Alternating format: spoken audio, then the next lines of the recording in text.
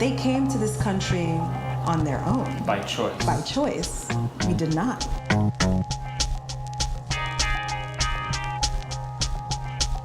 We came by force. Everything that's happened over the past year has just, I think, exemplified our existence. You know, these are moments that we've been preparing for a very long period of time. And if not now, when?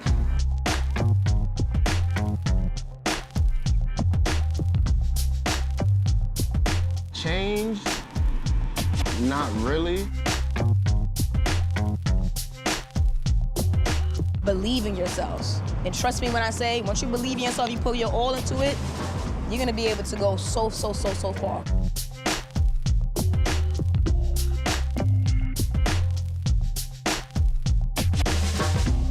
The first time I got stopped by the cops and, got arrested, I was about 15 years old. This is in the train station, it's terrifying. And it doesn't matter if you're black or white or Spanish or green or blue, you want to support where you live. Property, our bodies were property. We were sold.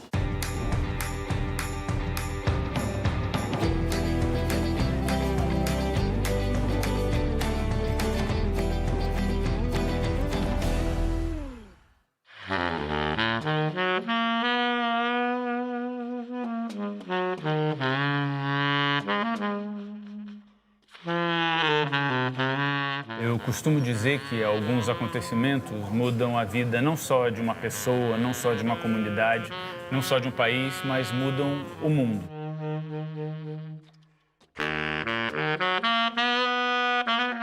Infelizmente, foi isso que aconteceu no dia 25 de maio de 2020, quando um homem negro chamado George Floyd foi assassinado em Minneapolis por um policial. Por conta desse acontecimento, a gente viu um movimento chamado Black Lives Matter surgir, não só nos Estados Unidos, mas no mundo inteiro. Every single oppressive system that led to the murder of George Floyd has remained in place. Foram mais de 30 dias de protestos, reivindicando, pedindo, exigindo mais respeito, menos racismo, o fim ou a diminuição, pelo menos, da truculência policial que a gente vem vendo direcionada a essa comunidade há tanto tempo.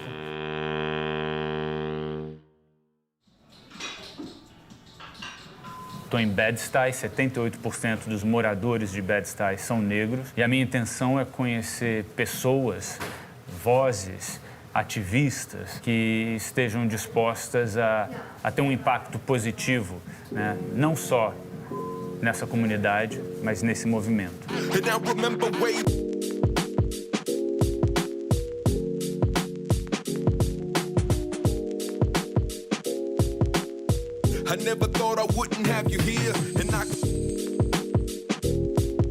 Bed-Stuy, esse bairro aqui no Brooklyn, tem uma arquitetura muito característica, muito peculiar. E tem uma história interessante por trás dessa arquitetura. Na verdade, esses prédios todos eles foram construídos no século XIX. Eles eram ocupados pela comunidade europeia, por imigrantes europeus.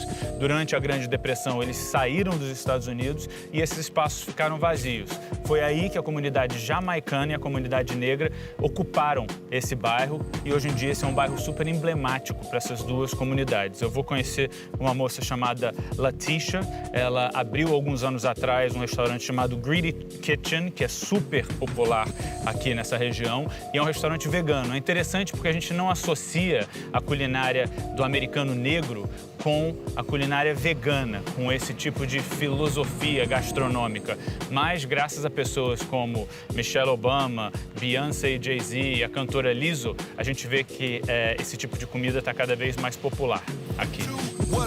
Mine is yours and yours is mine. Even though you're gonna make sure that yours is fine. Cause I always find a way. And I gotta say. When was the first time that you understood what veganism was? Were your parents vegan? Well, my mom, I was raised vegan.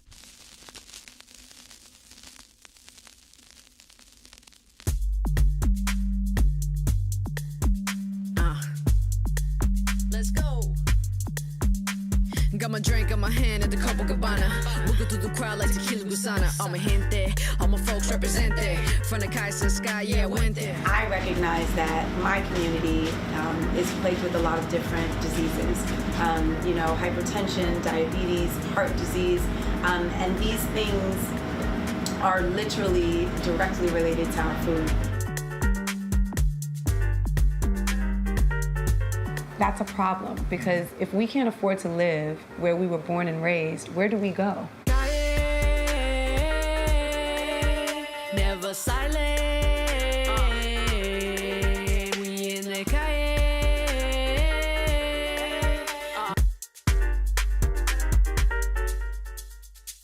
I hope you're hungry. You are at the Greedy, so you have to eat, okay? Oh, I will. All right. That's not a problem. It's never been. These are our famous ginger coconut fried plantains. And you know, plantains are a traditional food, especially here in Brooklyn, but from the Caribbean. And I think it's kind of one of those things that everywhere we know what a plantain is, but we all prepare them different ways. What we do is we fry them, and then we baste them in a ginger syrup that we make in-house, and then we top it with shredded unsweetened coconut. Oh my God. And it's a fan favorite for sure. Wow. The mix of flavors is phenomenal, but you also don't add too much sugar. The sugar is from the fruit. Right. So I think that's the big difference, you know. We are really very conscious of how we highlight flavors, natural flavors, without an enormous amount of sugar, or find a way to kind of highlight the natural flavor of the foods that we're cooking and enhance those flavors. So I'm glad that you've got that. How important is it for us during this crucial moment to invest in Black-owned businesses? I think it's key. I think we've always been here. I think one of the things, like I reference my own experiences, like my grandfather raised 13 kids, was always an entrepreneur. I didn't realize it until my adult life because I just didn't put the pieces of the puzzle together. He worked so many different fields, so many different odd jobs, but never reported to a boss. As I reflect on that now as an adult, I think he would not have been able to raise those 13 kids if he didn't have support. He would not have been able to make a living and bring home any sort of money to help his family survive unless he had customers, right? He was the go-to.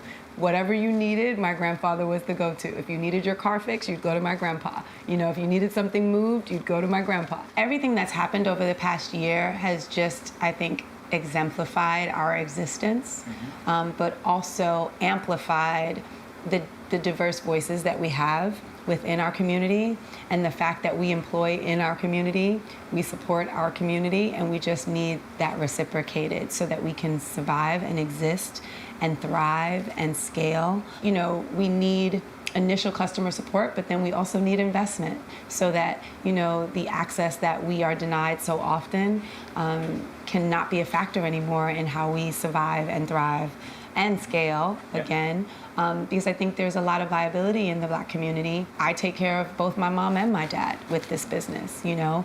Not many people know that. But literally, my mom walks in and she cries because she knows that this is literally what's taking care of our family. This is how I'm gonna send my 15-year-old to college. When it comes to your community, instead of just being entrepreneurial about yourself, I'm all about looking at the future, but we have to address the fact that there are some moments that are just so life-changing, that sort of change everything. And I believe when we think about the atrocity that happened last year, when it comes to George Floyd, for a month there were protests, you know, people demanding, you know, people saying Black Lives Matter. And it's mind-blowing to me that it took this long, that we had to go this far. I'm just curious from your standpoint, from your perspective, potentially the hope of something new and something better. Probably almost 6 months to kind of calm down a little bit about it. And it wasn't so much that it happened, because the reality is that it's happened over and over and over throughout history. It's nothing new, right? It's just what we were able to catch on film and share with the world. So for me, that part of it wasn't it. I think it was more so what is the change gonna be, right? And how long is the change gonna take? Who is going to be the advocate for change? Is it going to be heartfelt? And is it going to be long-lasting? Those are my questions. When we're looking at solutions and what the easiest solution would be to actually change the dynamic of what's happening. And unfortunately, it's an uphill battle. It is, but people like you inspire so many people, like myself. So count on me. Thank you. For the food and for the battle. Thank you. This is amazing, amazing, amazing. Good. Cheers to you. Thank you.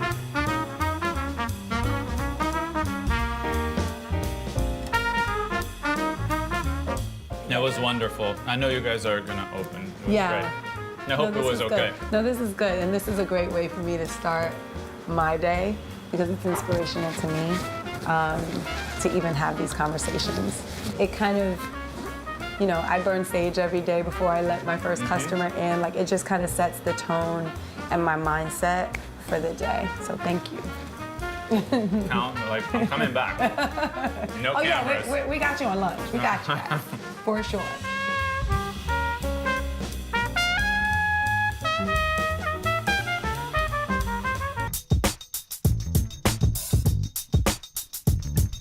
Well, hair is a form of art. I believe that hair means a lot to the business because we express ourselves through our art way more than words ever can. We have to continue to listen to each other and just learn from our past mistakes because there's facts and the evidence shows that people of color do get treated differently. So if we use those facts to make things better for the future, I think we can make it happen. Changed? Not really. I don't know as far as change what you mean, but everything has been the same with the police. The Black Lives Matter movement is a very sensitive topic, so I don't want to elaborate too much, but I hope we're moving forward in the right direction. So as Black people, we need to strive together, get that strength, get that motivation and determination, and really just believe in yourselves. And trust me when I say, once you believe in yourself, you put your all into it, you're gonna be able to go so far, because there's way more than just the streets, way more. Ladies and gentlemen, join me in honoring CNN hero and my new Brooklyn neighbor, Dr. Rob Gore.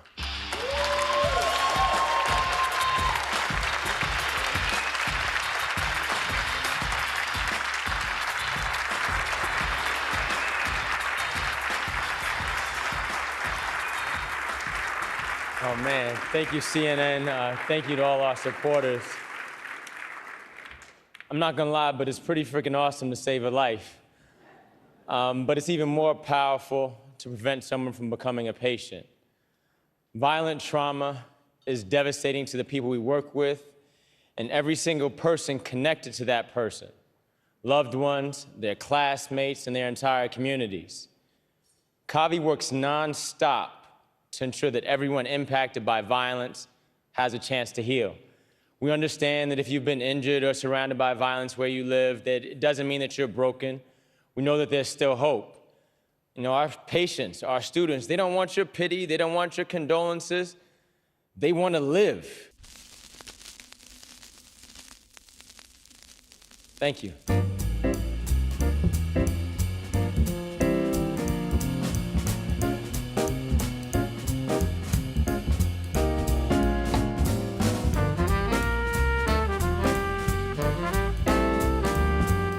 When did you decide to be a doctor? Wow.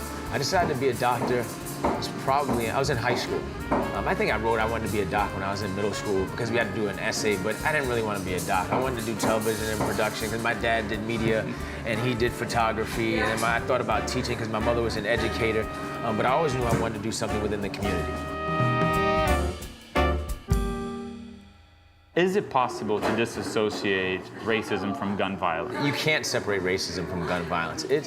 I can understand if gun violence or even just violent trauma affected other groups more so You know, it didn't affect other groups in a very different way, but, you know, when homicide and violence is the #1 cause of black men, ages like 15 to 44, that's a problem. You can't, you know, if it's the #1 cause of death for Latino, #2 cause of death for Latino male of that same age category, that is a distinct problem. When you start looking at those numbers compared to white men or white women or other ethnic groups, homicide or intentional violence is a lot lower, then you can clearly see that there's a distinction. I work in a black and immigrant neighborhood.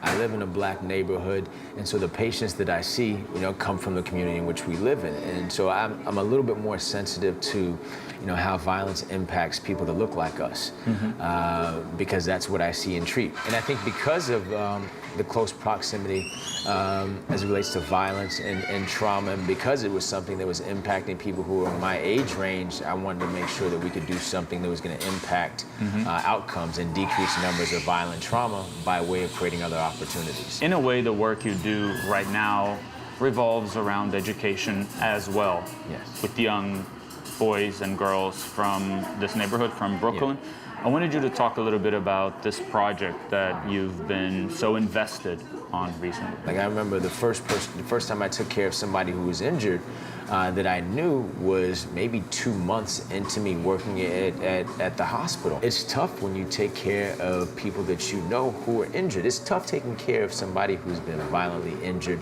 to begin with, because you know that this doesn't have to happen. So we started exploring the idea of creating intervention programs for patients who had already been injured, but then had an idea and thought, well, why do we have to work with people once they're patients? What if we work with people when they were just at risk, when they were already in the community, so that they don't have to be somebody that we're putting a Band-Aid on when they come to the hospital? And, you know, with the background of activism from my parents and looking at how do we understand the community and looking at education as a tool, we thought there's a big high school campus across the street from the hospital, and what if we work with some of the people who are already considered at risk, which is technically every kid who lives in central Brooklyn or every kid who lives in New York City, because of the high rates of violence that we get exposed to, because of the income inequalities that take place, and even just the overall focus on survival here in New York City compared to other places in the country.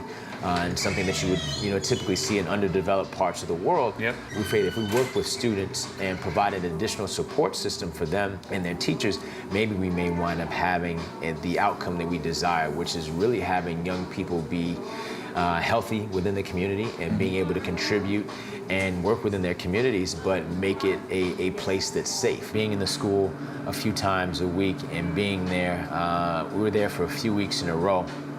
And one of the guys said, "You guys are coming back, right?" And I said, "Yes, we are."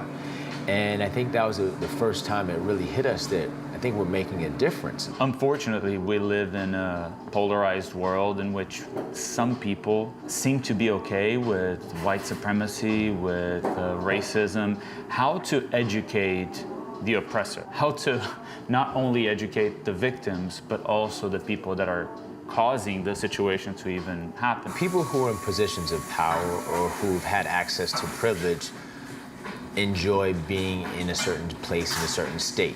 And you don't want to do anything that's going to jeopardize that position, particularly if you've already seen what it's like on the other side. So in places like Brazil, so I think about Rio de Janeiro, you have the Copacabana, but just up the street, you can see the favelas. And the people can see exactly what's going on in this very unique community that they don't often have access to unless it's through cleaning or some sort of service industry. But because of the geographic location, people are compartmentalized and pushed to the side and often forgotten about. And so if you're forgotten about, if you're not in that space and you're in that position of power, you put things over there, you don't have to think about it ever again. And so you can enjoy the way of life that you've historically enjoyed. Not my problem, not a problem. Not my problem. Or they go, oh, wow, that's a problem that happened to those people over there, without looking at this is as an entire ecosystem. So what happens in their community will eventually spill over into our community. In order for us to really make this change, you have to be curious and you have to want to understand, and you also want to make an entire system better, not just for the people who have access to the most resources, When you're a doctor, you have to save lives. That's your job, regardless of their gender, their race, their religion. I know how I feel when I hear things like all lives matter, for example. I want to vomit, and I can actually say that, and I can have an opinion. What is that like for you, you know, to actually be the doctor that has to save lives no matter who's laying in front of you, and being a black man that has to deal with a lot of injustice? You know, pandemic, George Floyd, Breonna Taylor, all these things happened at the same time. And we saw what happens when communities aren't taken care of, when overall community well-being isn't of most paramount importance. I went into medicine specifically to work in communities that had been underserved and underdeveloped, and places that were resource poor, places that people had forgotten about. That's why I went into medicine. So when I talked to friends, you know, earlier during the pandemic, they said, how do you deal with all the stress and stuff? I was like, this is why I'm here. This is what we've been preparing for. The reason why we've been seeking to understand about race and inequality and healthcare disparities and health equity and public health and preventative measures and community engagement was to really, you know, these are moments that we've been preparing for a very long period of time. And if not now, when? I've been a physician for more than 19 years. So it'll be, in May, it'll be 20 years as a physician if you include residency. And, you know, I've seen a lot of death. I've seen a lot of things that would make anyone's stomach turn, but I've also seen a lot of hope. I've also seen a lot of promise. We've also seen a lot of ideas and ways that we can do this stuff in a much more efficient way.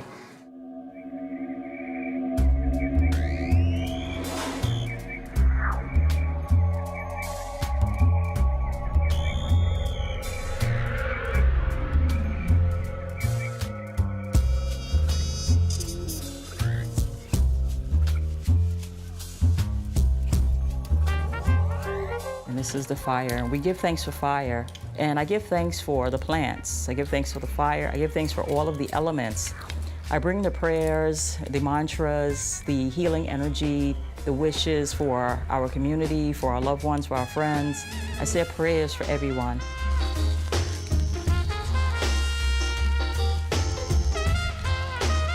We're going through a very transformational moment with Black Lives Matter. How does it feel for you to know that you're a source of comfort for these people that need comfort? Well, I feel like I was born for this.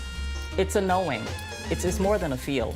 After doing the same thing over and over and over for all these years, I'm sitting on my seat in a comfort, as that oracle, I always say, you know, so it's the repeat. It's the repeat. It's the different people saying the same things over and over, different people coming through the doors, people from all walks of life, because this store attracts 90% of new customers every single weekend. Wow. Yeah. Some people come in and just walk around.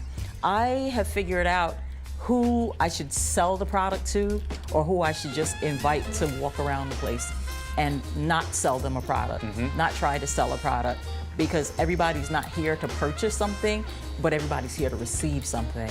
And we're here to naturally give something. I love that. Yeah. Have you seen the money tree? Yes, Yeah. I just saw it. So what I invited them to do is to put money there, $1, because the currency, the flow, that's what money is. Hoarding it doesn't attract it to you. Yes. So just in planting the seed of putting one here on a growing sentient being, Yes. and thinking to yourself, you just planted a seed for yourself. So watch your money grow in life. Watch your abundance grow in your life that way too. I love that. You know what I mean? And somebody may need $1 because they were short here, and I can go to the money tree and pay it forward to someone who needed it, who didn't have. Maybe they bought something and they didn't have enough. And they say, how much is this? And I say 17. They say, I only got 15. And I said, you know what? I'll take $2 from there. That's and amazing. take the oil, because I'd rather you have the oil than not have the oil. You know what I'm saying? Absolutely. Yeah. Well, thank you. I'm gonna place $1 there. Here's one right here. Right there. Yep, you were going for it. Perfect. I like that both of us saw that's where it belongs. Yes. We went straight to that one. Exactly. It's the energy. It's the energy.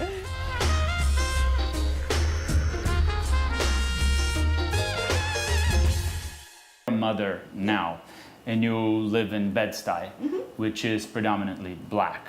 And you see so many talented people coming out of this neighborhood. Yeah. This neighborhood inspires so many This people. neighborhood inspires so many people, but not just of today. Like, you look at the history of this neighborhood, who lived here. There's a running list of just like so many people, like Shirley Chisholm. There's so many people from here, you know, from your Biggies to your Jay-Z's to, and I think it inspires because there is a culture here.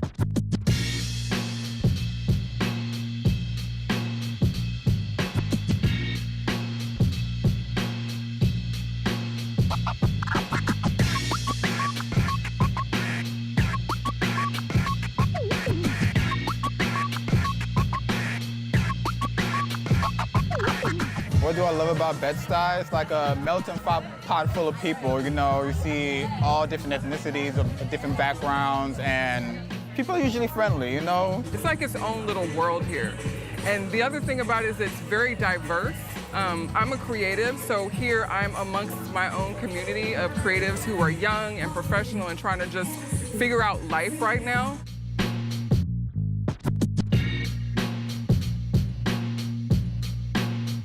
It's very important to support Black businesses and all types of businesses. We have a lot of culture, we have a lot of different materials we use that brings out the brightness and brings it as like a unity for everyone. We're just trying to pull it back and make it a little bit more even, I guess you could say. We're not given essentially the resources that other entities are given. We don't have the education often sometimes that are given to other groups. So putting money in Black people's pockets is important to keeping communities like Bed-Stuy afloat. This is a largely Black community, even though gentrification is definitely here, just like it is with within a lot of major cities in the US. We still have to remember that Bed-Stuy has been built on Black people, with Black people for the last 100 years. Like, we are essentially who have been living here and maintaining this community for all this time. So supporting businesses that are owned by local Black residents of Bed-Stuy is keeping this community going. And it doesn't matter if you're Black or white or Spanish or green or blue, you want to support where you live.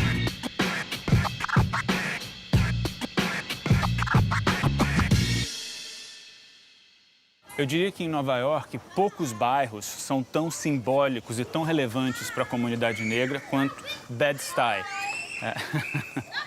Uma série de grandes artistas, como Jay-Z, Notorious B.I.G., Lil' Kim, autores, saíram dessa região. Essa região vem inspirando muitas pessoas talentosas há muito tempo, mas está passando por um momento de transformação perigoso. Eu vim falar com uma mulher... How are you guys? Am I gonna be on YouTube? No! You don't know that. Y'all just want to start random drama. Shut up. Stop. No, you shouldn't. Stop. Stop. Stop. Get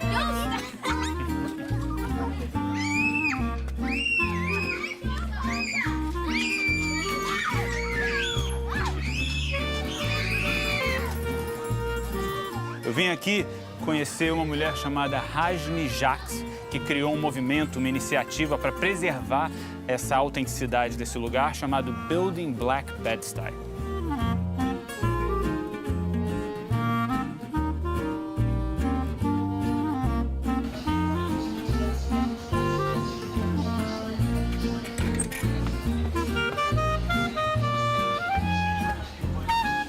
Blim blom.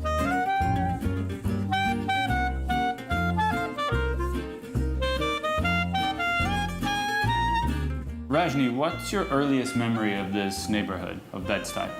Oh man, my earliest memory goes way back, even to before I was living here. When my parents came to America from Haiti, so a lot of like cousins and aunts and uncles were in Crown Heights and even parts of Bed-Stuy. So coming here, visiting cousins, visiting family, that's kind of like my earliest memory of being in this neighborhood, like the Crown Heights, Bed-Stuy neighborhood. In the public schools, it's always like Black civilization started after slavery. You were slaves, you were emancipated, everything's happy, Martin Luther King, goodbye. That's what you're taught in the US school system for the most part.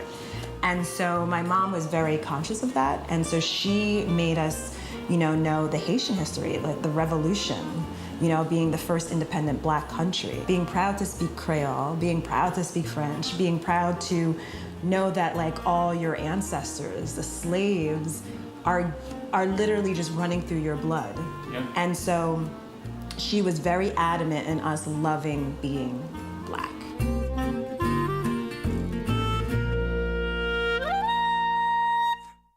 What happened to me was I realized that I wanted to live in a place where I saw myself every day. And again, you get older, I'm thinking of children, having children.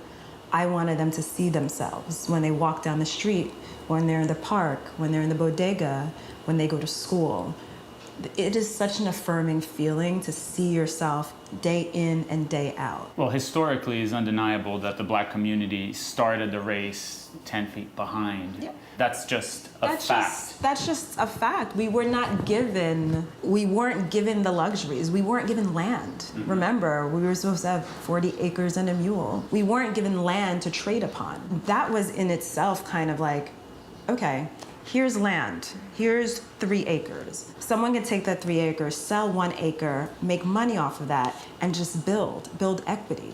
We were never afforded, Black people in this country were never afforded equity, not equality, equity. And I think if you're not given that, of course you're gonna start behind. You're never gonna punch up to the front. Now there is this whole debate that's met with a lot of resistance when it comes to the white community that revolves around the idea of reparations. Yes. Revolves around fixing something that was deeply, deeply flawed, undeniably broken. Undeniably. Yes. How do you feel about that? I mean, reparations are due. We're not asking for something new. This is something that was owed, that just we never got. When people want to argue, like, why do I have to pay for something, again, that had nothing to do with me? No. We were owed specific things. We never got it. Mm-hmm. And because we never got it, we started way behind. And people, always want to make the argument, Black people and, other ethnicities that, were able to kind of like bootstrap it up and go. But yes, it's very different. They came to this country on their own. By choice. By choice. We did not. We did not. Whether you were dropped in America, dropped in Brazil, dropped in the Caribbean, we came by force. We did not come because we were like, you know what? Let's go check out this country. There's a big difference. And so the history that's rooted is rooted in blood here. And remember, Black people were not even seen as humans. When you look at even slavery, even the slave masters who raped and had children, those children weren't their children. Those children were their property and worked their land. It's not like, hey, daddy. It wasn't like that. Property, our bodies were property. We were sold. Even their children who were half white, half Black, they were property. And so I think that long-standing thing there, you can't change it. That was the mentality. And going back to reparations, yeah, reparations are due. Tell me about the block parties. The block parties are amazing, but I want everyone to know that it didn't start out as a block party. It literally started out as, okay, women getting together, putting their resources together, starting building Black Bed-Stuy to fund businesses. And that's where it started. So, the first round, we did the Watoto School, we did Black Power Blueprint, which was schooling, food, all these things that sometimes are not afforded, especially in urban areas. These schools, or the Watoto, and in the second round we did Little Sun People, really teach Black children at a very young age how special they are. It gives you pride. It gives you pride, just to be prideful in being Black. These Black businesses are so essential to the community. They're essential to the community.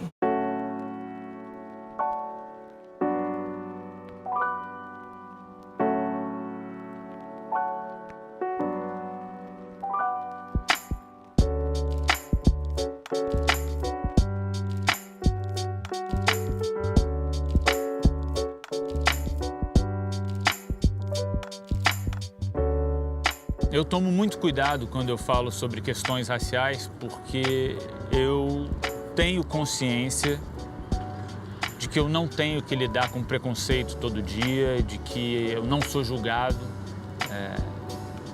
pela cor da minha pele, mas eu não entendo e me recuso a entender como uma pessoa pode acordar e achar que o mundo gira em torno do umbigo dela e que ela não tem que fazer nada para o próximo e ela não deve ser afetada pelas injustiças que estão acontecendo ao redor dela. Eu acho importante que esse diálogo seja livre, que todo mundo possa falar sobre isso, porque eu acho que o racismo ele não é um problema que afeta só quem sofre com racismo. Eu acho que o racismo é um problema geral da sociedade. É algo que deveria ser absolutamente inaceitável. Para mim é inconcebível alguém achar que é superior a outra pessoa por conta do pigmento na pele dessa pessoa.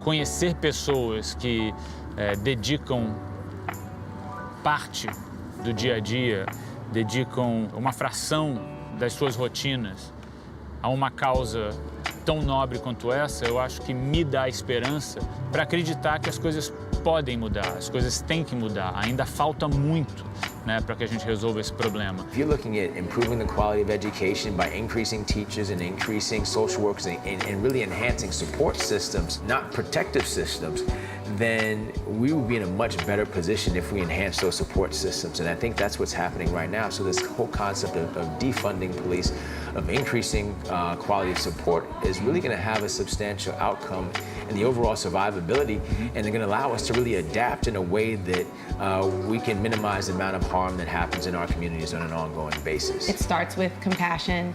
It starts with recognizing the needs of others. It starts by sharing.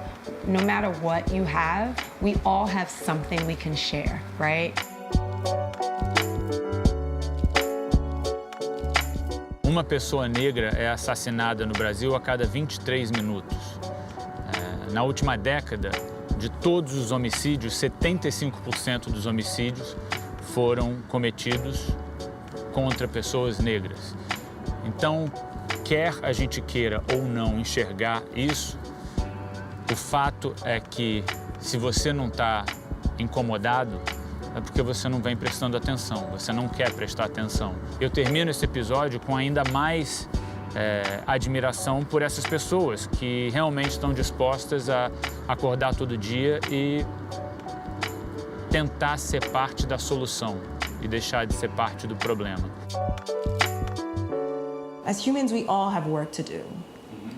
But when it comes to racism and what can I do the homework.